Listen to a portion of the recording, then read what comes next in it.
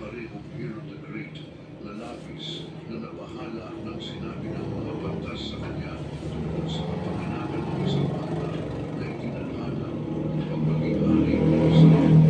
Pagkatapos ng kamatayan ni Herod noong 40 BC, ang kanyang kaharian sa apat sa kanyang mga anak. Si Archelaus ay nagmana ng Samaria at Idumea, ngunit ang kanyang pamumuno ay naging kalahilan. Ang populasyon ng mga Hudyo na naghihirap sa ilalim ng kanyang pamamahala ay nagpetisyon sa mga Romano na alisin siya. Bilang tugon sa kaguluhan sa Judea, hinirang ng Roma ang isang Romanong prokurato o gobernador upang direktang pamahalaan ang rehiyon. Si Pontius Pilato ang gobernador sa panahong ito, kilala sa kanyang malupit at madalas na brutal na pamamahala.